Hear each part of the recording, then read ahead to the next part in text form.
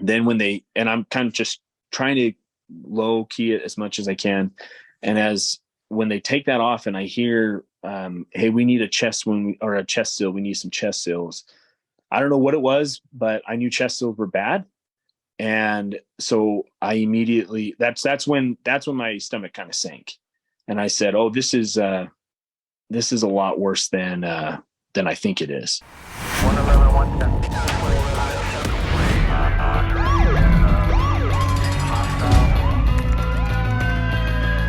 Training to be a street cop. Hey guys, welcome to this episode of the Street Cop Training Podcast. I'm your host, founder, and CEO of Street Cop Training. My name is Dennis Benino, and we are thankful to have Riley Mauch. Is that how you say it? Mauch? Mauch. Mauch. I know I was going to fuck that up. That's what it right. is. Yeah. But Riley comes from quite a story, Street Cop survivor. Crazy incident. Unfortunately, I guess you were the only one that had to suffer the most out of what went down. All the officers that are on scene during this debacle, but we'll let you tell that story. Before we get there, man, first of all, I want to say thanks for coming on and doing the show. Appreciate it. Yeah, thanks for having me.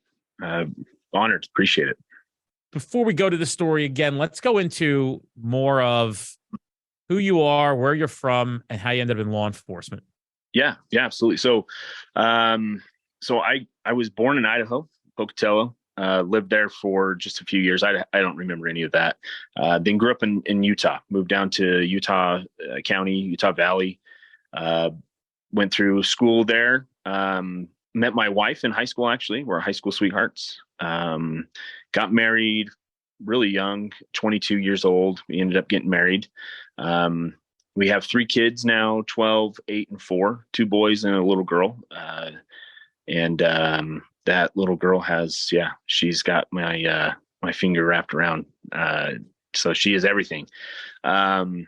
So initially when my wife and I were getting ready to get married, when we were talking about proposing and all that, she said, "I'll say yes if you promise me one thing." I said, "Of course."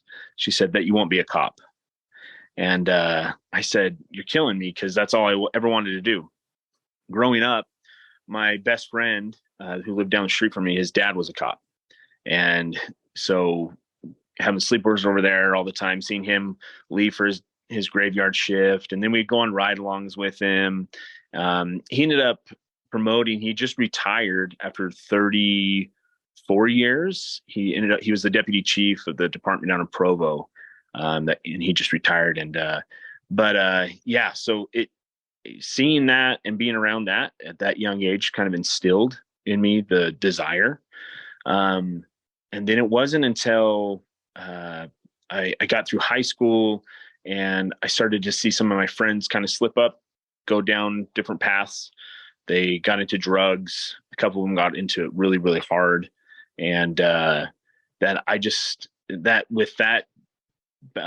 growing up, having that kind of background of seeing being around my buddy's dad, having that instilled, and then seeing my friends mess up, it kind of just forged this desire or fire, if you will. I know it's kind of cliche to say, but just to kind of try to stop that at any cost. And so got older.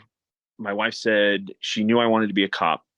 And I told her, this is what I want to do. And she made me promise not to. So I said, okay. And going back to that desire to see my friends mess up and that kind of stuff. So my dad, actually in 1977, he was 20 years old. His brother was high. They lived out Podunk town in Idaho on a farm. His brother was high and was he was out of his mind, and he ended up taking a shotgun and shooting my dad in the face with it when he was 20 years old. Blew his jaw off, the lower jaw off. Crazy story. He somehow survived. And it was like 13 hours of surgery just to stabilize him. And, he flatlined twice, like crazy story. And he's lived with that pain and that, the repercussions ever since. Guys, my dad's just the strongest person I know. Like, he's just insane. And how he's just lived with it. And so, sorry, I should have probably started with that. So that, and then seeing my friends get into it, that was the desire. Like, I was like, I want to try to stop these drugs. I want to try to stop these people that are these bad guys, doing these things. That was really important to me. And so that's what really instilled in me why I wanted to be a cop. And so then made that promise to my wife, said, okay, I won't do it. And so, honestly struggled for a while to find out what I wanted to do. And so I was 25 when a couple years before that, my buddy had joined the Navy. And so then a couple years later, I'm 25 and like, I don't have any direction really. I'm kind of bouncing in and out of school, trying to figure out what I want to do. And my buddy kind of convinces me that, hey, getting into the Navy might do something for you. And so oddly enough, my wife agrees. She's like, you won't let me be a cop, but you'll let me join the military. All right, whatever. So I do like a test program. I just do the reserves. And so I do that. I get out of I was gone for like almost a year, come back, and I sit down with my wife and I'm like, I need to be a cop. This is what I'm supposed to do. This is what I want to do. So she agrees. And I get a job with the Salt Lake County Sheriff's Department at the jail. So I start in corrections. And that's really what started it all. 2014, I started and did almost 2 years there when she told me, again, I sound like a really shitty husband, but she promised me, okay, you can be a cop if you just don't do it in West Valley. And I said, okay, that's fine.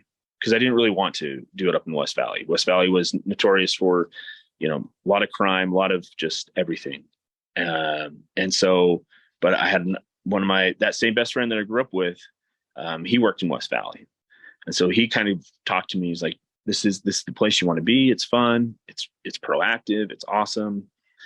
So without telling my wife, I applied for West Valley. And one day before I was going to work, when I was working at the jail still, I was leaving in my suit and tie. And she's like, do you have an interview somewhere? And I said, yeah. And she asked me where. And I just said, West Valley, love you, bye. And I left the house and ignored her calls until I got out of the interview and ended up getting the job. And I started there in 2016. And then I took a brief, for some reason, sounds like I'm easily influenced by friends. My friend got me to come down to another department.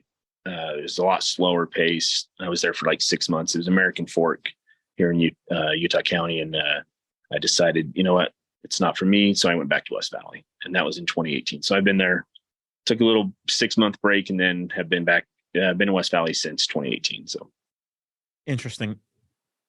Your wife, obviously you guys have 3 children together.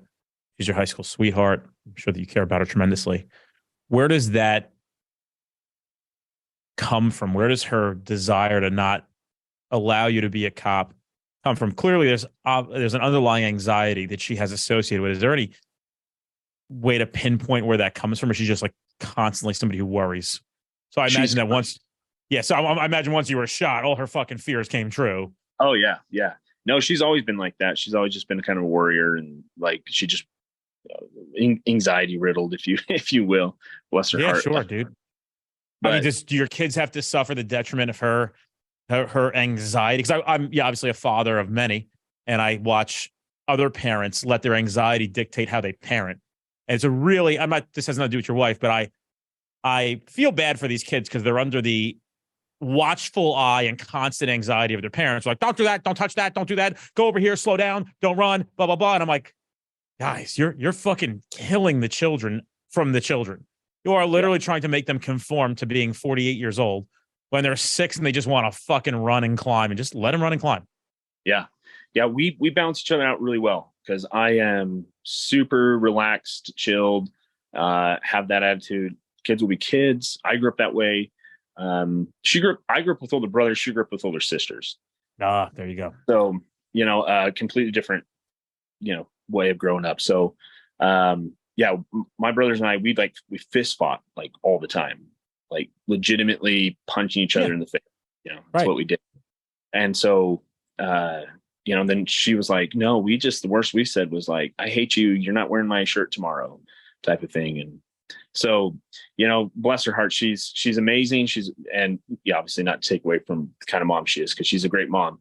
It's just kind of that thing that, it's just always something in the back of her mind running. Right. So, I think she was just worried that something would happen to me. I feel that's why she didn't want me to be a cop. She was just worried something would happen to me, worried that she'd be alone, and have to go through life as a widow and those kind of things. She jumped automatically to the worst possibilities, right? Like most of us do. And so I think that's probably what pinpointed it. But like I said, she agreed. Well, wait, hold on. Before we go further, I don't want to jump ahead to the end of the story, but how has her disposition changed, or has it stayed the same or gotten worse since the incident? I think she's come out way ahead. So it's really allowed her to see the support from the police community, from the department, from, complete strangers. So I think having that knowledge now has allowed her to kind of take it back a little bit and realize that, okay, if the worst comes of this, I can do this. I'll be okay. I can get through this. This was something hard. But I think she's grown stronger from it, and she's been able to prove to herself that she can do these hard things. It's interesting, dude, as you're talking, I have this theory, and I, in some weird way, think that I would be successful at this because I believe in it so much, and that's the sale of life insurance. I think it's wild that people have children and aren't carrying a significant policy, being what it costs to carry like a whole or a term life policy of like $45-50 a month for like $1 million in life insurance, especially in this profession. I don't have anybody to sales pitch you to. I'm just saying it's wild to me that people won't spend $1.50 a day to make sure that if something happens to them, at least financially, their family's going to be in a lot better place with $1 million, or at least $500,000. $23 a month to carry a $500,000 life insurance policy, and police officers don't even have them; they have kids. So, did you carry a life insurance policy prior to this? Yeah. I did. I have like $900K on me, and like I maxed out my department, and then I have a separate one on the side. So, and that only goes like, look, I get it. It's better than nothing, but you're talking about having little children. $900K is not going. It's definitely better than nothing. But it's not going super far. It's not, I carry a significant life insurance policy because I told somebody, I was actually out with Kenny Williams, who's one of our instructors. We were out Saturday night, and I said to him, because I asked him about his policy. He said, I carry a policy. So does his wife. And I said, I carry this much. And he goes, that's a lot. I go, well, Ken, I got to be honest with you. As a dad, the worst news that you could probably receive is that you're going to be dying. But at least I'd have some comfort knowing that they're going to be okay if that's the case. Right. At least financially, right? I would really appreciate if I get an opportunity to raise my children and be in their life until they're significantly older and be able to pass along the things that I've learned. And I would even argue breaking the cycle or the environment of what we've been used to. So, in a socio or society type of way. So for example, is the things that I had to learn on my own to raise us into a different level of thinking, I'm looking to pass that along to my children rather than somebody who is not progressed like we have progressed in some sense, quote unquote, and has no context of what it means to be like compassionate, empathetic, non-judgmental, successful, hardworking. Those are not things that I found when I was growing up in lower middle class suburbia. That's not what people thought. I got a job. I work at a factory. I make this much money.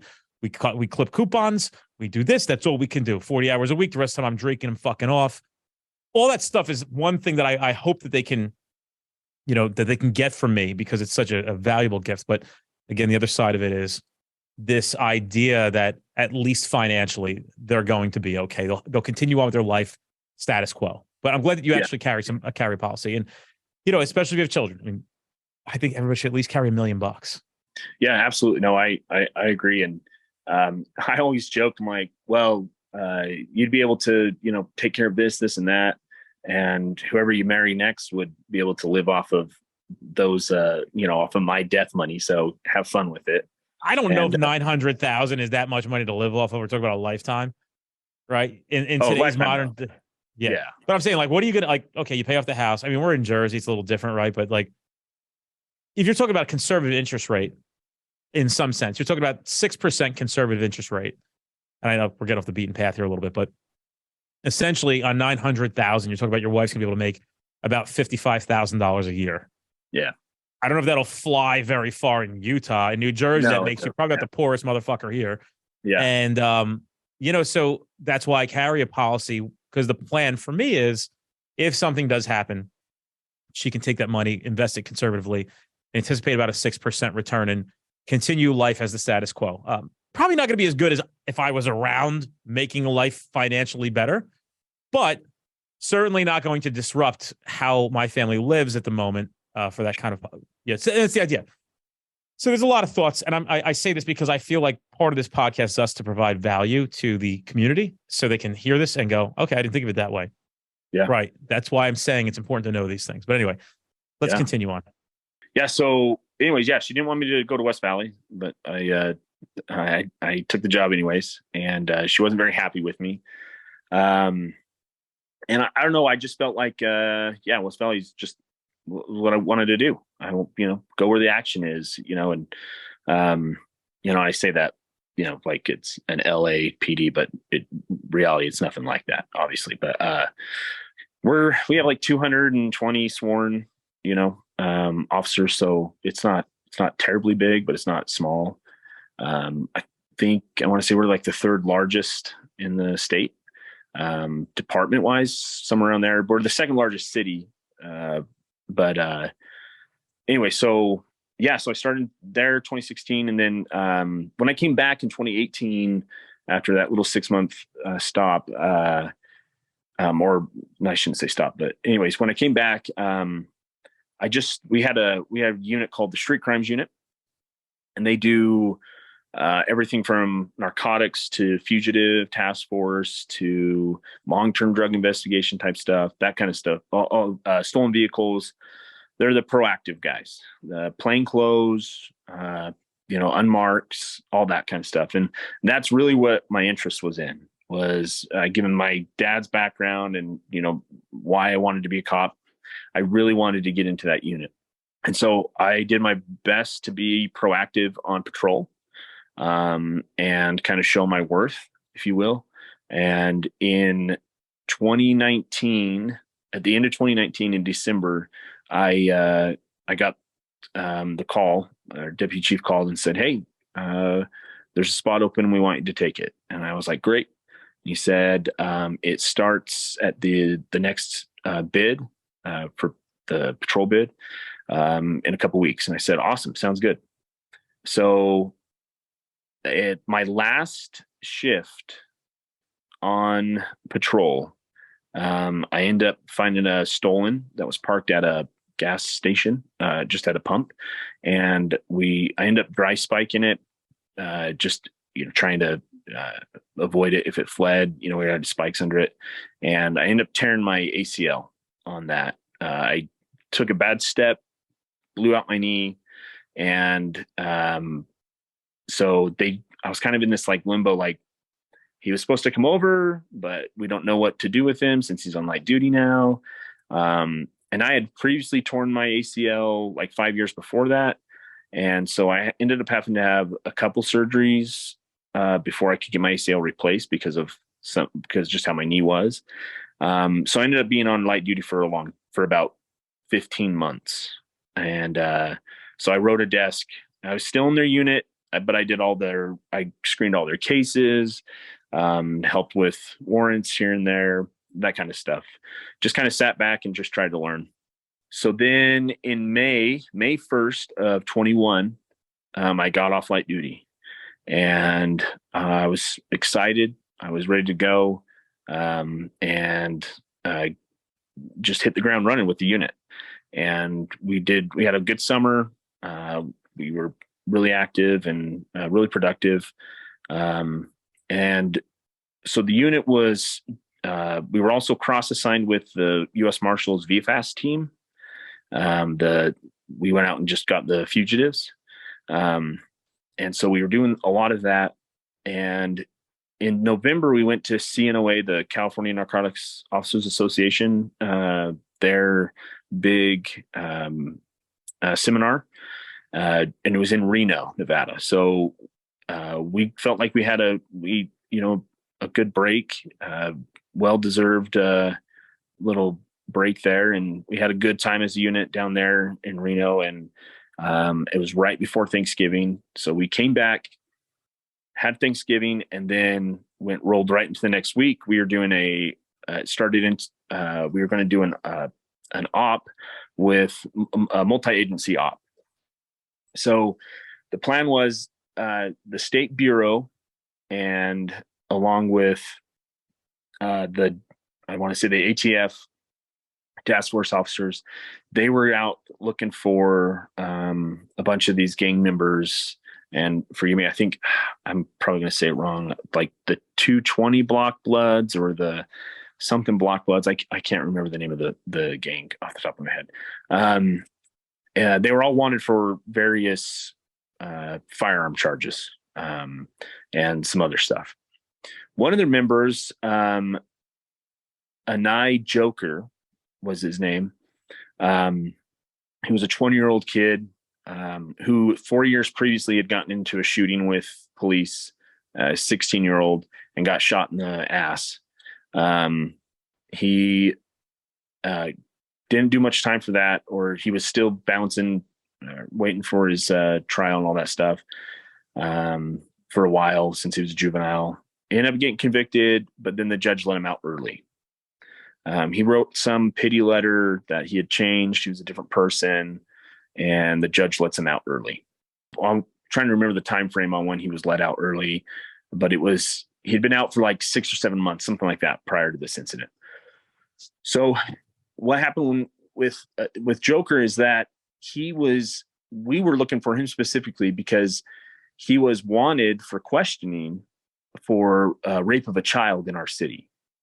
So our SVU, our sex crimes detectives, were like, "Hey, you guys are going after this gang. Well, one of their gang members, Anei Joker, is wanted for.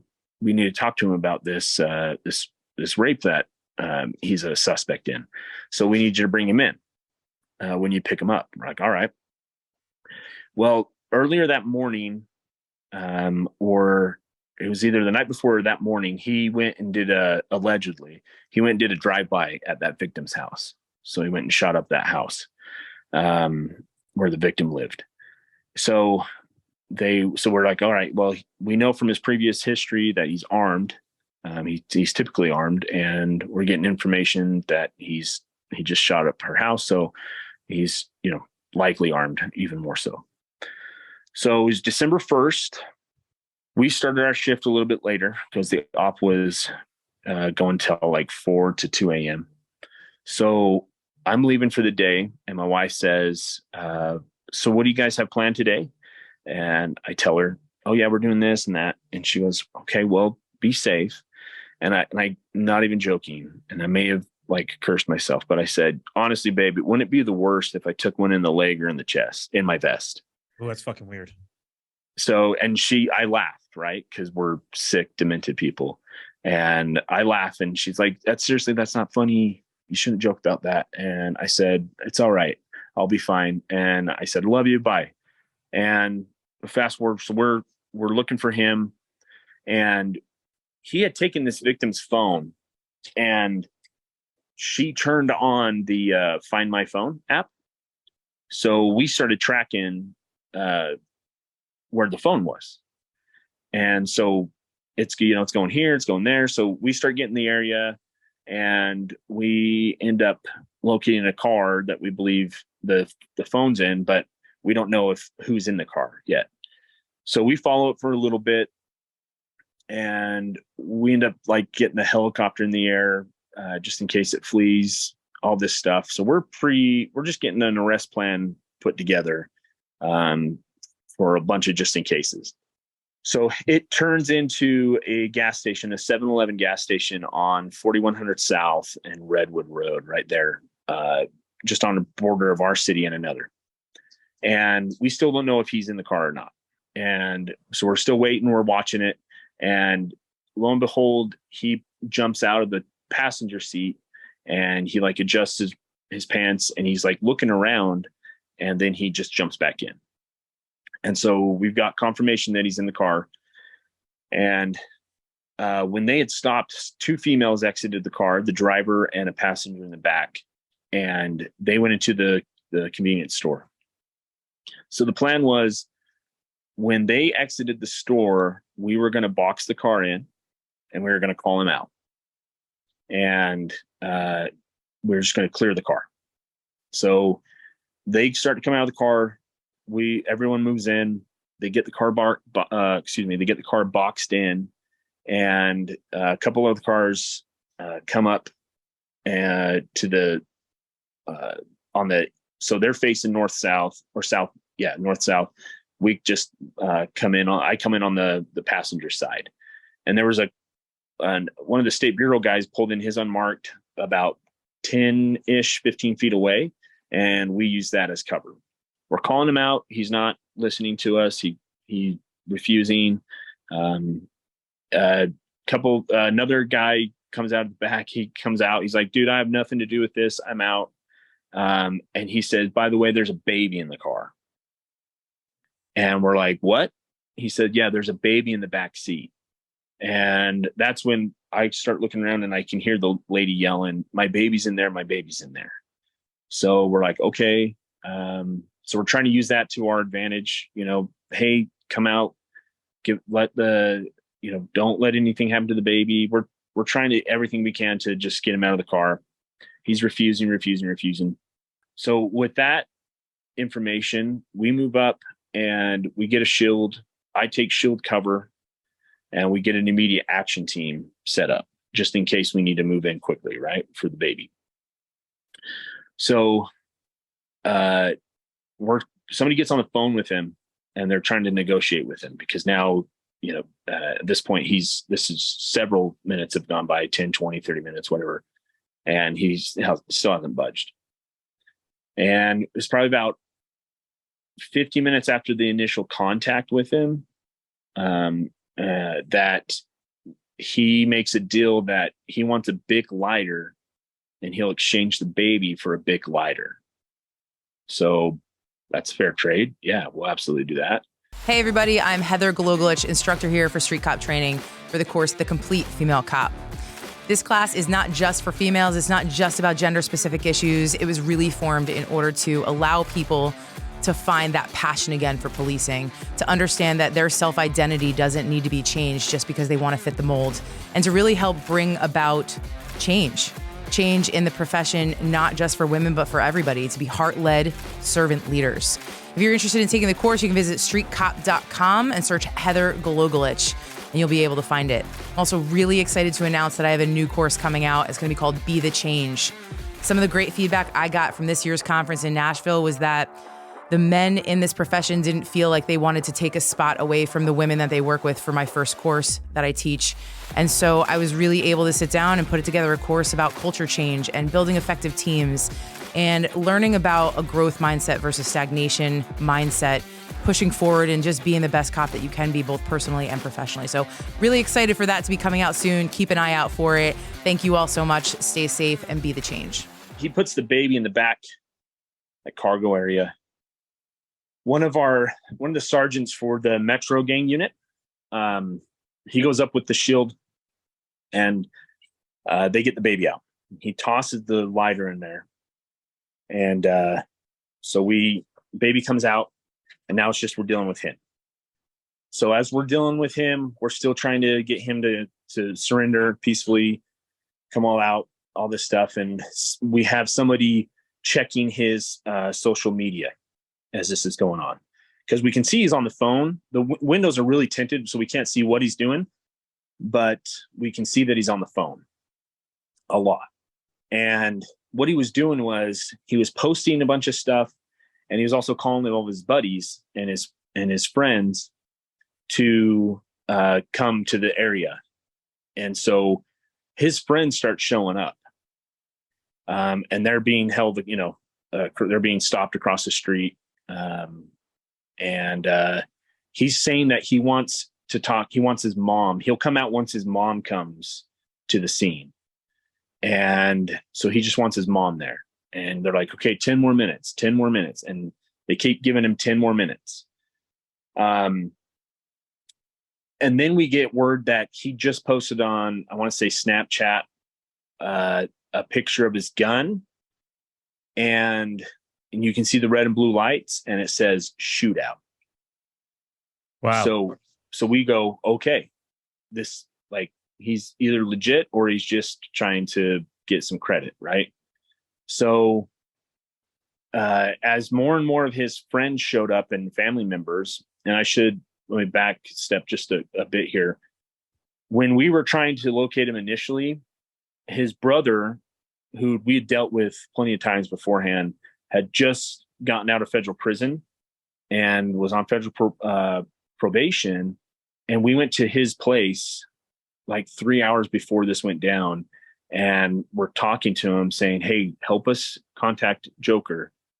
Tell him to come in, tell him to meet with us. We can do it the safe way. We'll do it so that nothing happens. We promise you his safety, all this stuff. And his brother pretty much just told us to pound sand.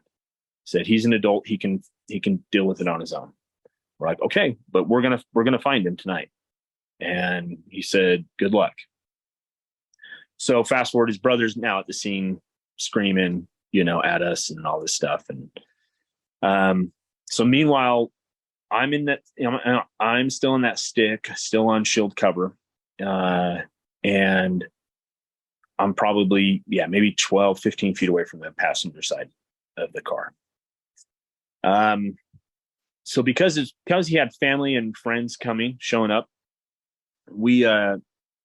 our incident commander, my lieutenant, made the decision to pepperball the car. And because we had that back tailgate open, we're trying to entice him out, trying to just get him out of the car. So we do, or one of the guys in my unit, he does. He pepperballs the car, and the car starts kind of shaking, like he's moving around a lot. And I hear someone yell, gun, gun, gun. I can't see it. Our windows are tinted. The passenger side window is really tinted. The other people on the other side of the car I was on, they could see through the windshield. And I remember yelling, where, when they said gun, gun, gun, because I couldn't see anything. And then the door opens up, and as the door opens, he kind of pops out, and the first thing I see is a magazine, an extended magazine, and him holding the gun, handgun. I look as I put my guns on him. We make eye contact. Like, we looked right each other in the eye, and he had the only way I can describe it is it was just evil in his eyes. Like the way he snarled his mouth when he looked at me. That was it. And this all happened, within less than a second, right? Right when I saw the gun and I looked at him, I squeezed off rounds. I started squeezing off rounds. And then everybody else, the volley occurred.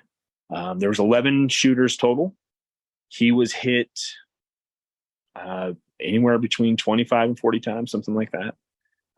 But what happened was, as I'm squeezing off rounds, he starts to go down, and as he's going down, he starts to fire. Just instinct, like he's just spraying, praying, right? Type of thing. Two of those rounds that he got off, one skipped off the pavement, and hit my left leg about halfway between my knee and my ankle. And the next round went up just above my vest. I had an outer carry vest, and actually I just got it back. I just got the stuff back last month, and I was looking at it to see where it missed. And I have a picture. The fabric lining, there's that little like 1/4 inch of fabric lining that goes around your vest, the actual ballistic, and it hit that fabric lining probably about less than 1/8 of an inch above my actual vest. So it missed me by literally, like 1/8 of an inch, missed that vest. So what happens, it struck right up here, right where my thumb's pointing, and it ripped through. It was a through and through, and it punched into the back of the inner plate on the back of my ballistic vest. And when it hit my leg, I thought I ran into like the hitch of a car, of like a pickup truck, like I was at full sprint, and I ran into. Have you ever done that where you're like you smack your shin on the hitch of a pickup? Well, it's funny. You're asking a guy from New Jersey. Like we have a profound amount of pickup trucks riding around. Like we're going, it's a little different out here. But yes, I know what you're talking about. Just whacking my knee on shit. No question about your shin. Yeah. Take a sledgehammer, 10-pound, and have somebody swing it really hard and hit your shin. That's kind of what it felt like. Wow. And I was like, when it hit me, I kind of did. I remember everything was slowed down. Like everyone always says, everything kind of slowed down. And I say this like, it's kind of cliche because you hear these stories and you're like, they say, I could see the bullets. I couldn't see the bullets that hit me, because if I would have tried to dodge them like the Matrix, but I watched the bullets that I fired hit Joker, hit that guy. And then right when I got hit is when everything kind of snapped back. And so it hit my leg, and my body kind of shifted down to the left.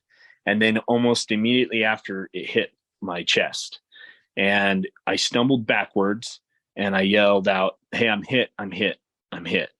And I kind of went back, and I tried to sit down. I don't know where I was going to sit down. I thought like there was an imaginary chair right where I was about to sit down. And then I just fell on my ass. And the guys immediately grabbed me, and they dragged me back. And they dragged me probably 75 feet away. And this is December in Utah. It's cold. And I don't blame them for this, but they dragged me through a puddle. So I was like soaked. And I remember being like, did you seriously drag me through water? And so I lay down there. I'm laying there in the parking lot of the back parking lot of a Little Caesars that was just to the south of the 7-Eleven. And I feel my body it is freaking out. And I'm trying to stay calm, trying to just breathe, relax. I trust the guys that I'm with. I trust that fire and EMS they were on standby.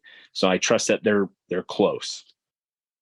And I'm just thinking to myself, this is just a through and through. You're okay. You're going to be fine.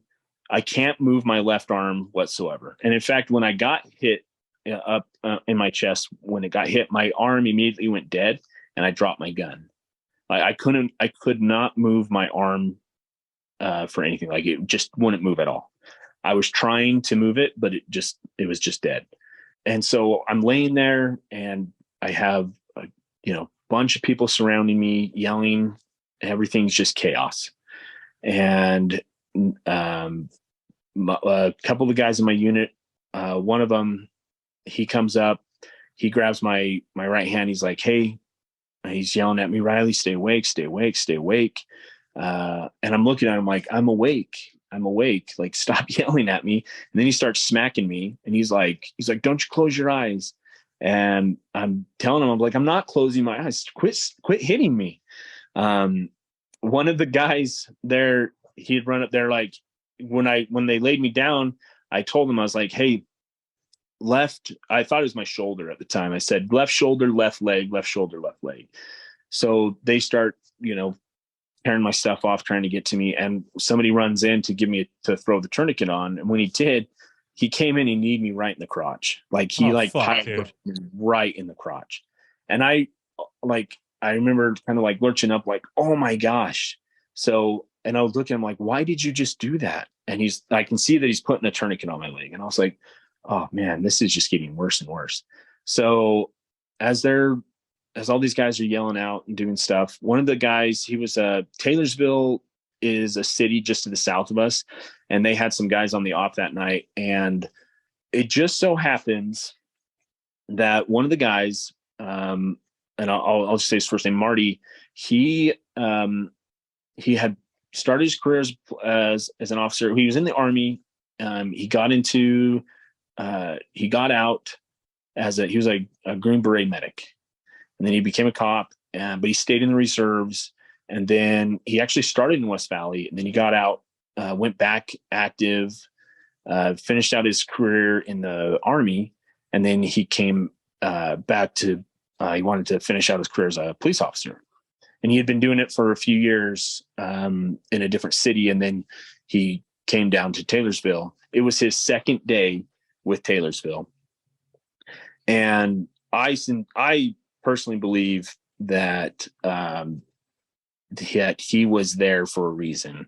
Marty knew he had worked he was a combat vet.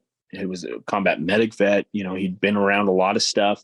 He knew right when they got my my vest carrier off and the pressure from that had been relieved, I started spurting the blood.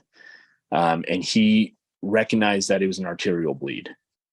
And so what happened is the bullet went through my brachial artery. And like I said, I thought it was just like a through and through, and that the movies were just a bunch of full of shit. Cause I was like, these guys get shot in the shoulder all the time and they just keep fighting. I was like, that's a bunch of BS. That's not what happens. And I'm thinking these things as it's going on. And then and I'm kind of just trying to low key it as much as I can. And when they take that off and I hear, hey, we need a chest seal. We need some chest seals. I don't know what it was, but I knew chest seals were bad. And so I immediately, that's when my stomach kind of sank. And I said, oh, this is a lot worse than I think it is. And it was probably about this time that like I had started losing a lot of blood, and I started to, my body started to it was just freaking out. And I remember kind of thinking to myself, is this it? Is this how it's going to go out? Is this how I'm going to go out? I'm going to bleed out right here. And somebody was yelling, hey, we got an arterial bleed. We got an arterial bleed. And that's when I was like, this is really, really bad. And so I'm looking at my buddy in my unit, and I'm telling him, hey, tell Kelsey, my wife, tell Kelsey I'm sorry. Tell her that I love her. Tell my family I love them. And he was just like, stop saying that stuff. And I was like, no. He's like, you're gonna be okay. It's just a flesh wound. You're gonna be okay. And I was like, no, this is important. I need you to tell him that. Okay, just in case. And he's kept telling me, you're gonna be good. You're gonna be good. The best way, I don't know how else to describe it, but I could feel the life draining from my body physically. I could physically feel my life leaving. And that was a really scary thought, or a scary feeling. It scared me for a number of reasons. One, obviously, I didn't want to die. Two, my kids. I couldn't think, I didn't want to have the thought of them being raised without me or by someone else, years later, or whatever the case was. I just, especially, how young they were. And it just was killing me to think like that. And obviously Kelsey, leaving her behind. And it was a really scary thought. And then I had to snap out of it, and I had to just control my breathing and fight through that fight through those thoughts, fight through those, fight through the pain, and just stay conscious as best I could. And fire got there probably a minute or so after, and they started doing their work, and they got me on the gurney. So I'm in the ambulance, and another one of the officers in my unit, she jumps in with me, and she says, she's like, I want to ride with you. And I asked her, I was like, okay, I need you to call Kelsey. And she's like, all right. So she calls her, and she's just like, hey, Kelsey, it's Karina. Just let you know, Riley's been in an accident. And I was like, no. Give me the phone. Put it on speaker. She's going to freak out if you say something like that. Just give me the phone. And so she puts it on speaker, and she puts it on my chest right here. I go, hey, babe. And she goes, what's going on? This is at 10:30, 10:45 at night. And she's like, what's going on? What, are you okay? And I go, well, kind of. I've been shot twice. I need you to go to the hospital. I need you to get to IMC like now. I'm okay. I'm still conscious. I'm breathing. But just get to the hospital as soon as you can. Call my mom. Tell her to come sit with the kids. And she's just like, shocked. And I was like, I love you. It's going to be okay. I'll see you when you get there. Not knowing, like in the back of my head, like I wasn't sure 100%. So, like I trusted everyone. I trusted I was going to be okay, but you just never know in those situations. So VFAST, or the marshals, were out that night doing their thing, and they were around the area. And I mentioned this because Mark, he's the supervisor over that unit. And when he heard, he got to this, they were, like I said, they were in the area. They got to the scene really quick, and he recognized that I was, miles and miles away from the hospital, probably, I don't know, 4 or 5 miles.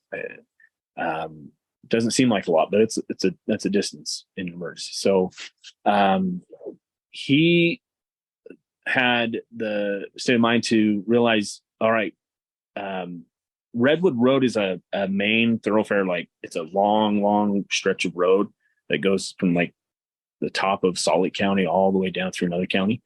Anyways, he got everyone to block off the intersections on Redwood. And so the ambulance didn't have to stop. They could just go. And so we got to the hospital really quick. And, that saved probably a minute or give or take of time. And in that instance, that was a huge thing. So I get to the hospital, they get me in the trauma room, they start doing their thing.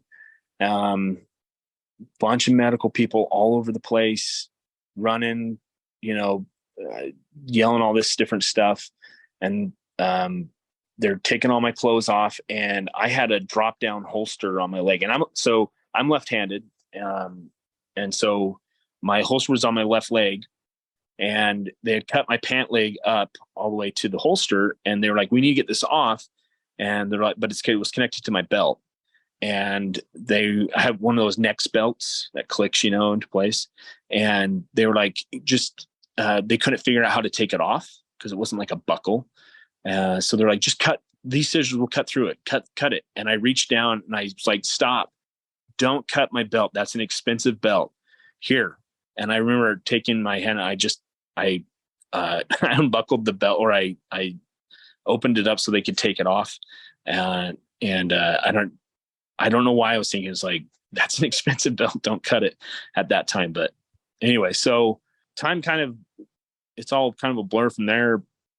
I do remember right before we got to the hospital, one of the fire guys was like, hey, let's get some fentanyl on board. And I said, yeah, that would be helpful. And they're like, no, we're almost here. They'll just have to get on board when he gets in. And I was like, oh, okay, thanks guys. So we get in, they're doing their thing, and they hit me with the fentanyl, and didn't really do much, I remember. And in fact, the nurse, I went through like 5 or 6 chest seals on scene, because they would put one on and it would just fill up. They have to rip it off, wipe, and put another one on, rip it off, and continue to do that. The nurse when I got in, through all the chaos, the fire guys couldn't brief, or they were briefing someone else. And one of the nurses comes up and rips that chest seal off, and it starts spurting blood everywhere. And I was so cold that my own blood, it was so warm. She stuck her finger in the bullet hole to stop it, because she was yelling she needed some quick clot. And I remember asking her to just let me bleed a little bit more because the blood felt so good, because it kept running down my back and my everything. I was like, that feels so good. And then I realized it was my own blood. And and I was like, oh, never mind. Yeah, that's probably a good idea. But when she stuck her finger in that bullet hole, I got to tell that. I mean, I was feeling a lot of pain, but that right there was some pain. Kelsey arrived. We lived like 30 minutes from that hospital, maybe 35. She got there relatively quick. In my mind, she got there quick. I don't know how long it actually took her, but they were just trying to get me stabilized. And she got there. I was able to talk to her for a minute. She could see that I was alive, talking, again, just told her I loved her, and it said, tell the kids I love them, make sure they know. And they were wheeling me over to surgery. And then they hit me with ketamine, and that was pretty much it. After that, I do remember feeling, I took that K train ride. I rode that K train, as they say, and that was an experience in and of itself. I remember a little bit of it. At one point, my chief was there, and I was coming in and out, and I was like, I love you, Chief. I love you so much. I don't know why. It just made me in a really happy mood. And then I got wheeled into surgery, and 6-ish hours later, they were done. And woke up. I remember kind of waking up in recovery and seeing some doctors talking about some stuff, and Kelsey was there, and they were saying that they had to do another surgery, but they might wait. And then I woke up, I don't know, like 10 hours later or something like that, in the ICU, and the trauma ICU. So I had our department assigned someone to come and sit with me in the room the whole entire time I was at the hospital. Mainly one, because it was a gang. They were worried about gang retaliation, and they just wanted to make sure that somebody was in there for protection, and two, just to make sure that I had somebody there with me, an officer there with me to show support and stuff. So, and they mainly picked the guys that, we have a lot of new people in the department. So, there was a lot of the people were the people that I've known for some time. So that was a really cool thing that they did for me. But yeah, what happened was, so they had to replace my brachial artery. So they took a vein from my right thigh, and they transferred it up into, gave me a new artery up here. That was that long surgery. And then the second day or third day I was there, they went and put a rod down my leg onto the tibia, where the bullet, when it hit my leg, it broke the tibia and fibula, but it shattered on impact. And so they just put a rod in there to let it heal on its own. And so all the bullet that shattered it's still in my leg. And I went home like 5 days later. I was able to go home. And at the time, the hospital still had COVID restrictions. So only 2 people were allowed per day. So to visit, and the guys that came to visit me were like, yeah, screw you, we don't care. So I had a lot of visitors initially. And then after a couple of days, they moved me down just to like the regular trauma area or whatever. The freaking head nurse there, on that shift was a complete douche canoe.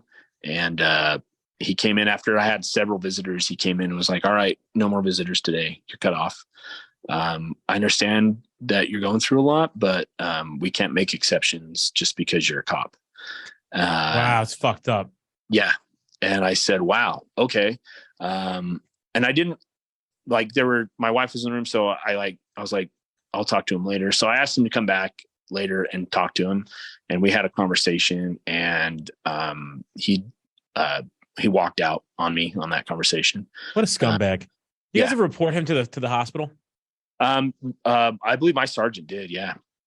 Later on. Because what happened was my family members couldn't come and see me after that. Like, my kids couldn't come regardless because the hospital didn't allow kids, visitors. What the fuck, dude? It was ridiculous. And so I FaceTimed my kids after a couple days. And then like my parents couldn't come and see me because they cut my visitors off. So the only person allowed was my wife. And that's that was horrible, it. dude. Like, you were in fucking prison after getting shot. Yeah. So I actually asked to leave earlier than they wanted me to leave, because I was done with their stupid nonsense. It pissed me off so much. I was like, fine, then let me go home. I'm fine. I can walk. I can go home. They're like, no, I don't think you can't go home yet. We still need you here for observation. Blah, Yeah, but blah, they can't make that determination on your behalf. You know what I mean? They can't keep you in the hospital. No, they just would release me against medical advice. Right. So that was kind of later in the day when I requested to go home, and they're like, okay, well, let's just get you through the night.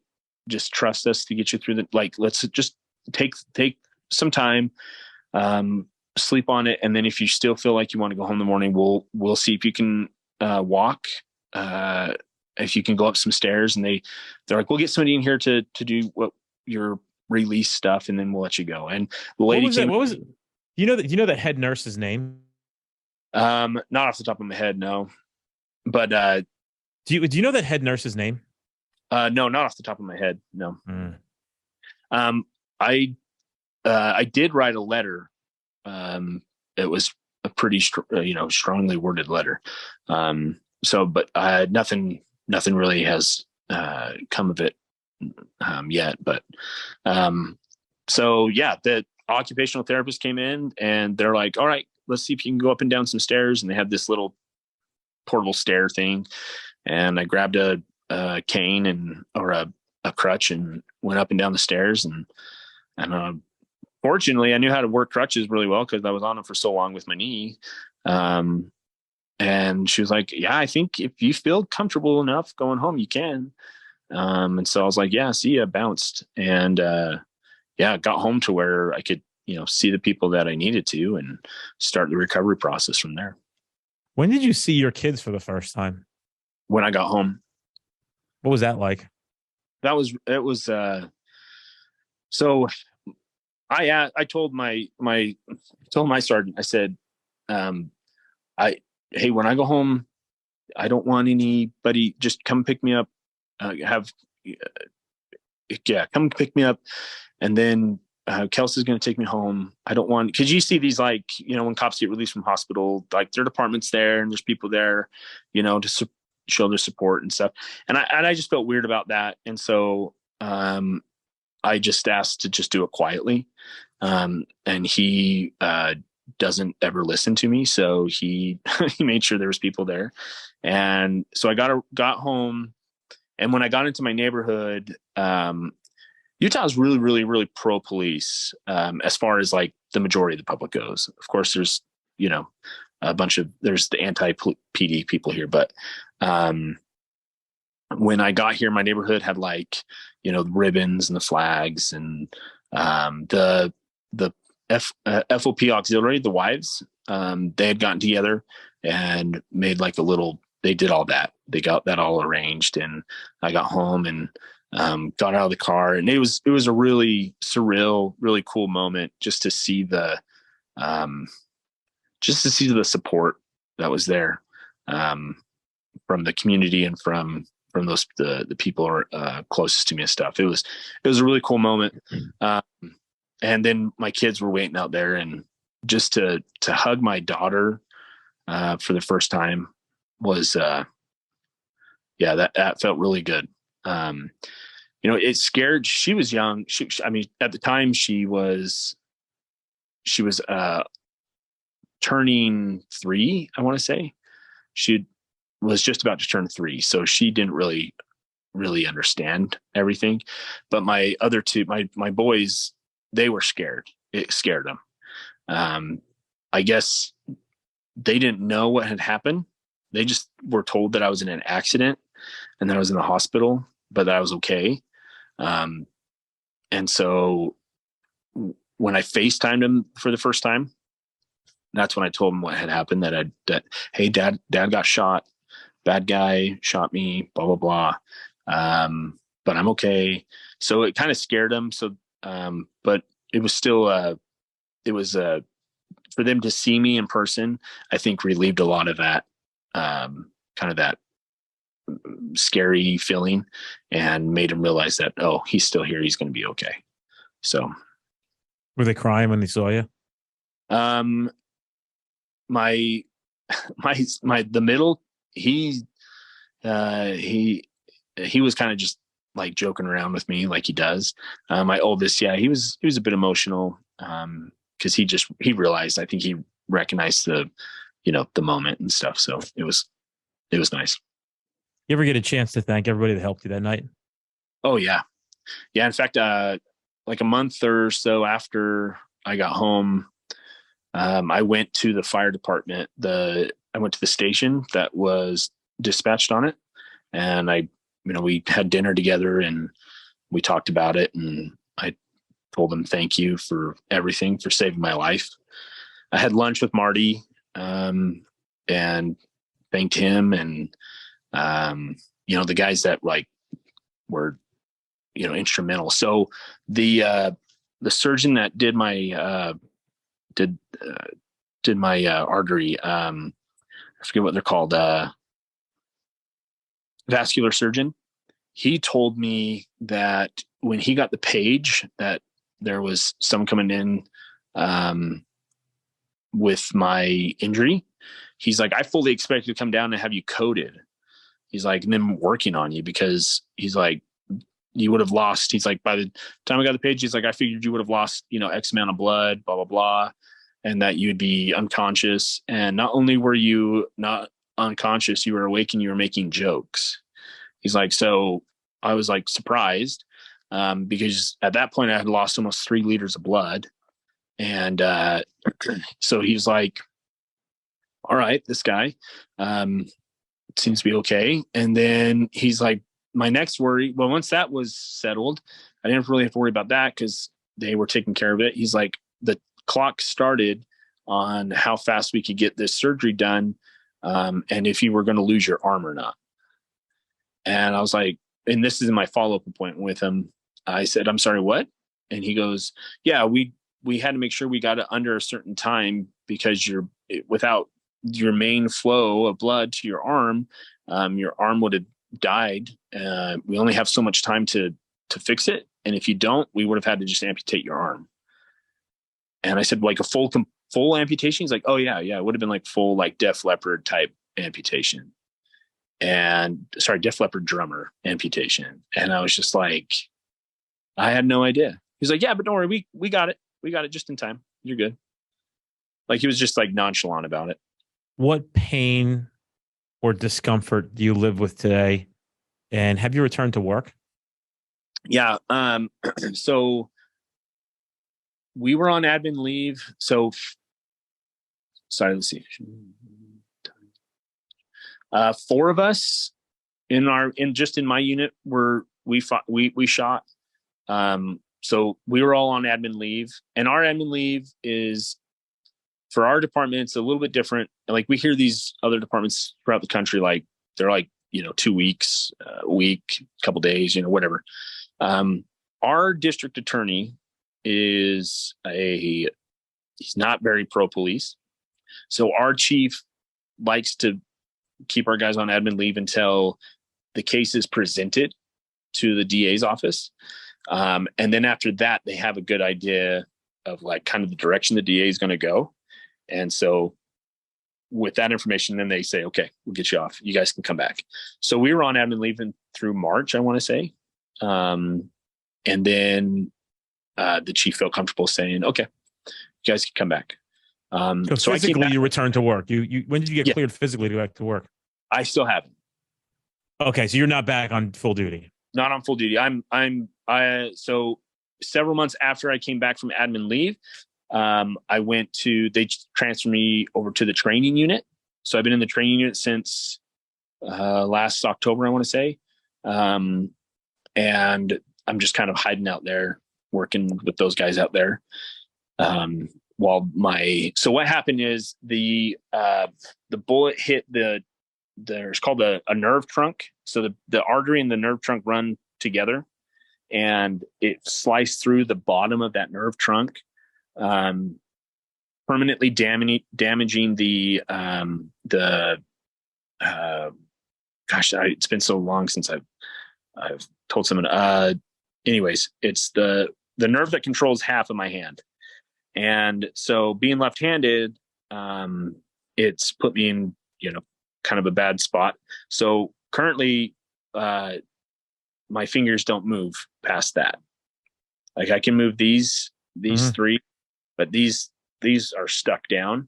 I can move them manually by myself. Like, if I like stretch them, they'll move out, but then they just curl up back into this position. Last August, I had a surgery where they transferred a nerve. So they transferred one of the good nerves over to the dead one, and that one's growing along the dead one, and it's supposed to regain my functionality and give me back my sensation and feeling, all of that stuff, so that I can get back, hopefully return. Now, the doc said that it won't be 100% ever again, but he hopes that it will get to a point where I can handle a firearm, smoothly, correctly, and that I can continue to be a cop. I asked him what the chances are of me being a cop are. Like, hey, what do you think? Will I still be able to be a cop ever? And at the very beginning, he's like, I don't know. He's like, it's just too hard to tell. That was almost a year ago. And in fact, I have they call it a CMJ or an EMJ. It's a nerve conduction test. I have that tomorrow. They're going to go in, they're going to test the nerve to see where it's grown, how well it's doing, where it stopped growing, etc. And then I follow up with him on this Thursday. And this Thursday, I'm going to have a lot of answers on my career. Like it's going to tell me if I can continue a career or not, essentially, back on the road. The last thing I have, because I do have to run, is one message to all police officers after going through the event and ordeal that you went through. And maybe has to do with how you feel about life now, maybe how you feel about training, maybe your mental state. But one thing you could tell everybody. The what if game. I think the what if game saved my life, in terms of what if this happens? What if this happens? Constantly playing that what if game. I can't tell you how many times I played that game in my head. What if you get shot? What are you going to do? How are you going to react? What if you're still conscious? What are you going to say? How are you going to say it? Remain calm. I played that out over and over and over again, constantly. And maybe it's not great on the stress level because it maybe puts you in a stressful area. I don't know. But for me, it was detrimental because it kept me calm. It kept me there.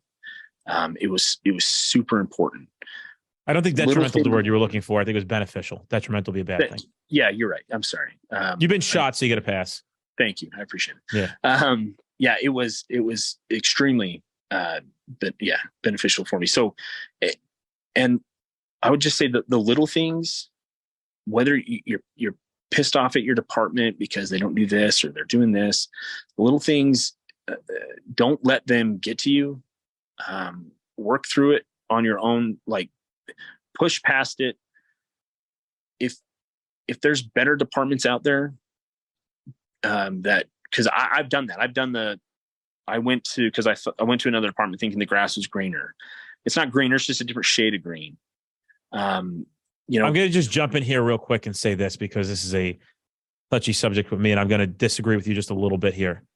Sometimes people are standing in mud, and even a little blade of grass is better than standing in mud. So I'm a firm believer that if your situation and circumstances are not ideal and have no hope, it's time to maybe go to a different table and play a different game.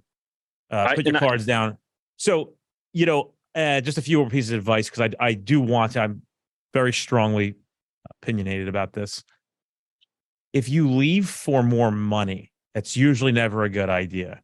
But if you leave for more purpose, and the agency that you're looking at seems to be more aligned with how you saw your law enforcement career, and they have more money, that's just a bonus. That's fantastic. But other than that, I've always heard people who left a great place to go for more money that they regretted that. But I've never heard somebody leave a shitty place. And dude, it's hard to have context of what's shitty and what's not. Right. Every place has its own little beefs and problems, but some places are just a complete disaster. And you wouldn't have to go too far. Pick any major U.S. city on the map. Go check out their police departments.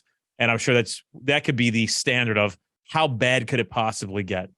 So if you're there, it's probably pretty fucking bad. No, and that's what I was going to say is I left thinking it was going to be better for me, because it was at the time, it was more money, and it wasn't. And I came back because it was the money. What was best for me. That's right. Well, dude, this has been a fantastic interview, and I appreciate your time. And I want to thank you for taking the time to do this with us. And the value is good, because I think that what if thing was super important. But other than that, man, I appreciate it. I'm glad that you found our group, and you found some people who obviously can relate to what you've been through. And I can't thank you enough for your service, and it means the world to us. And don't think for a second, don't let this noise penetrate you. I've actually put myself on a complete news diet. I was on a modified news diet, just a modified. Now I'm on a complete news diet and ignoring all the things that are going on. And some people will find that very offensive. But the reality is, mentally, we can get into a place of how bad things are, but it's really amazing to be in a place of how good things are. Absolutely. And I don't think you have to look very far beyond the walls of your house to recognize how fortunate we all are. And to live in a country like this, especially coming back from Greece recently, where they're all dying to get to the United States of America, as bad as we may have it. But no matter what the news tells you about who you are, I just want to let you know that I appreciate you a lot for what you've done for all of us. And don't ever take that too lightly. It's a real serious thing. What you did for everybody is nothing short of amazing. You should be very proud of what you're doing. Yeah, I appreciate it. Thank you so much. All right, bro. It was nice meeting you. Okay, you as well. Thanks, guys.